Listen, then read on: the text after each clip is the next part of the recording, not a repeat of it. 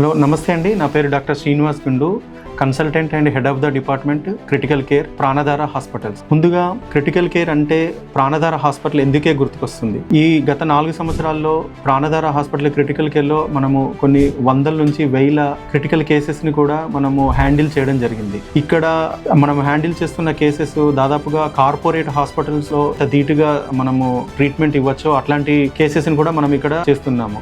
Pranadhara critical care అంటేనే ఇక్కడ ఉన్నటువంటి వాళ్ళందరికీ కూడా ఒక నమ్మకం కుదిరింది. ఈ 24 గంటల క్వాలిఫైడ్ డాక్టర్స్ తో సపోర్ట్ తో ఉన్నటువంటి టీమ్ తో మనము చాలా రకాలుగా అంటే సెప్సిస్, సెప్టిక్ షాక్ పేషెంట్స్ కావచ్చు, మనము పాలిట్రామా, హెడ్ ఇంజరీ కేసెస్, అంతేకాకుండా respiratory failure cases, ventilatory management, renal failure cases, dialysis requirement ఉన్నటువంటి కేసెస్ తో పాటు ఇలా నెంబర్ ఆఫ్ క్రిటికల్ కేర్ అంటేనే ప్రాణధార అంటేనే క్రిటికల్ కేర్ అన్నట్టుగా గత 4 సంవత్సరాలుగా మేము కొన్ని వేల కేసెస్ ని కూడా ట్రీట్మెంట్ ఇవ్వడం జరిగింది. అందరూ కూడా చాలా సక్సెస్ఫుల్ గా చాలా కేసెస్ ని మనము పాజిటివ్ వే లోపల డిశ్చార్జ్ చేయడం జరిగింది. ప్రతి ఒక్క వ్యాధికి ఒక విండో పీరియడ్ అని ఉంటుంది. ఆ విండో పీరియడ్ లోపల కనుక మనము నిజమైనటువంటి క్వాలిఫైడ్ క్రిటికల్ కేర్ టీమ్ దగ్గరికి కనుక చేరుకోగలిగితే, ఆ విండో పీరియడ్ లో కనుక మనం ట్రీట్మెంట్ స్టార్ట్ చేసినట్లయితే మన రికవరీ అనేది 90 to 100% ఉంటుంది. ప్రతి డిసీజ్ కి ఒక్కొక్క స్పెసిఫిక్ విండో పీరియడ్ ఉంటుంది. స్ట్రోక్ కావచ్చు, హార్ట్ అటాక్ కావచ్చు, అట్లాగే సెప్సిస్ కి కావచ్చు, ట్రామాకి కావచ్చు. సో వీటన్నింటి డిసీజెస్ ని కూడా ప్రతి విండో పీరియడ్ లోపల కూడా మేము